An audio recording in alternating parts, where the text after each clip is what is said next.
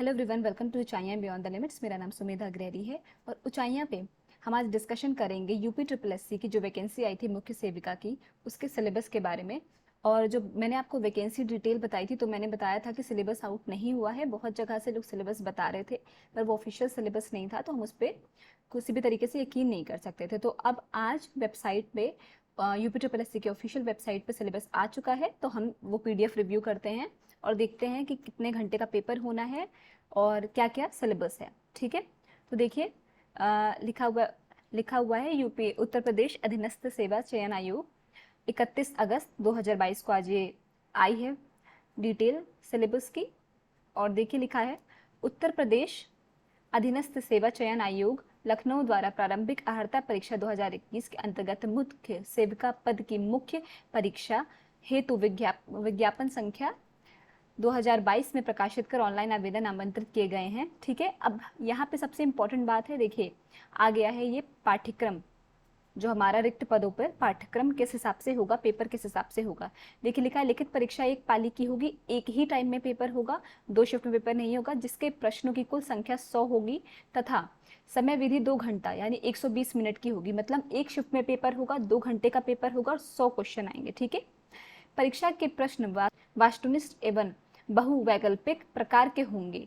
मतलब ऑप्शंस आपको दिए जाएंगे, उस आपसे पेपर्स होगा, प्रत्येक प्रश्न 1 अंक का होगा, 1 अंक का 1 क्वेश्चन होगा। लिखित परीक्षा हेतु ऋणात्मक अंक नेगेटिव मार्किंग दिए जाएंगे, जो प्रत्येक गलत उत्तर पर उस प्रश्न के पूर्णांक का 1/4 अर्थात 25% अंक होंगे। मतलब इसमें नेगेटिव मार्किंग है, ये बहुत इंपॉर्टेंट चीज़ है नोट करने के लिए कि नेगेटिव मार्किंग वाला पेपर है ये। 100 क्वेश्चन है 2 घंटे के लिए, 1/4 नेगेटिव मार्किंग है, 1/4 यानी 25%।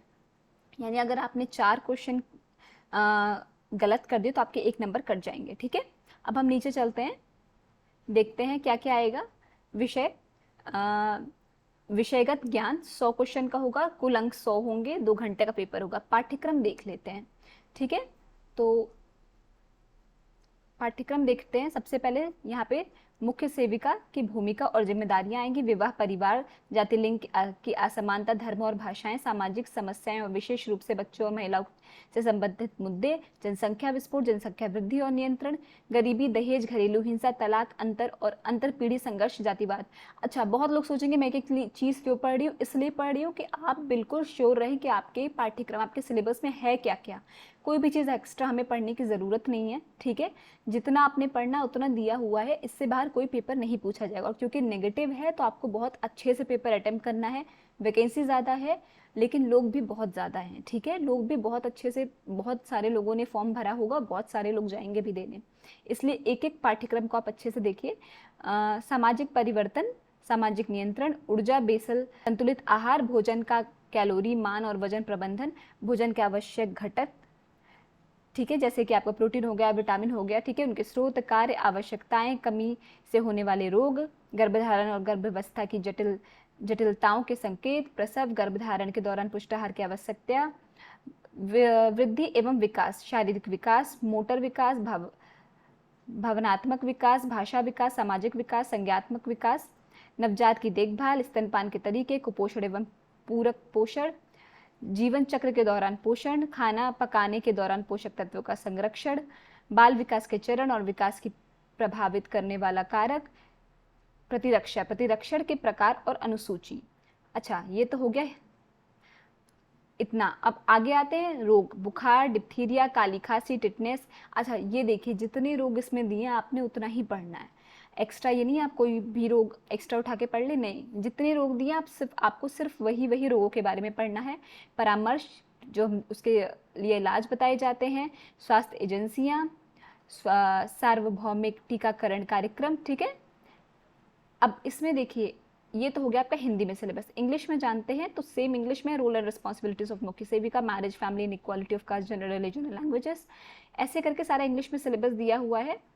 हेल्थ एजेंसीज का देखिए WHO, यूनिसेफ, सारे हेल्थ एजेंसीज के बारे में आपको बताया गया है यहाँ पे। ठीक है, तो ये हो गया आपका मोटा मोटा जो भी आपका पाठ्यक्रम है। मेरी रिक्वेस्ट है जितना पाठ्यक्रम में है आपको उतना ही पढ़ना है, ज़्यादा आप ये सोचिए कि मैं ज़्यादा स्कोर कर लूँ तो मैं ये भी पढ़ लूँ वो पढ़ लूँ, कोई ज़रूरत नहीं है। जितना आपको बताया गया है यूपी ट्रिपल एस सी के साइट के द्वारा, आपको सिर्फ उतना ही पढ़ना है, उतना ही पढ़ना है। और पेपर भी बहुत तरीके से अटेम्प्ट करना है, चूँकि नेगेटिव मार्किंग है। नेगेटिव है तो गलतियाँ तो लोग करेंगे, ठीक है। इसलिए आपको आराम से पेपर करना है। टाइम बहुत है, 100 घंटों के लिए 2 घंटे, 100 क्वेश्चंस के लिए 2 घंटे बहुत होते हैं, ठीक है।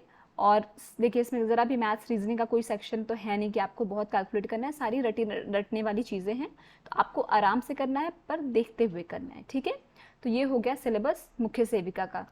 आई होप आपको ये जानकारी समझ में आई होगी। आपको किसी भी तरीके का डाउट होगा पाठ्यक्रम से रिलेटेड या आपको सिलेबस से रिलेटेड, तो ज़रूर आप हमें कमेंट करके बताइएगा। अगर आपने अभी तक चैनल को लाइक शेयर सब्सक्राइब नहीं किया है तो प्लीज़ ज़रूर करिए और बेल बटन को प्रेस करना ना भूलिए। Thank you so much for watching.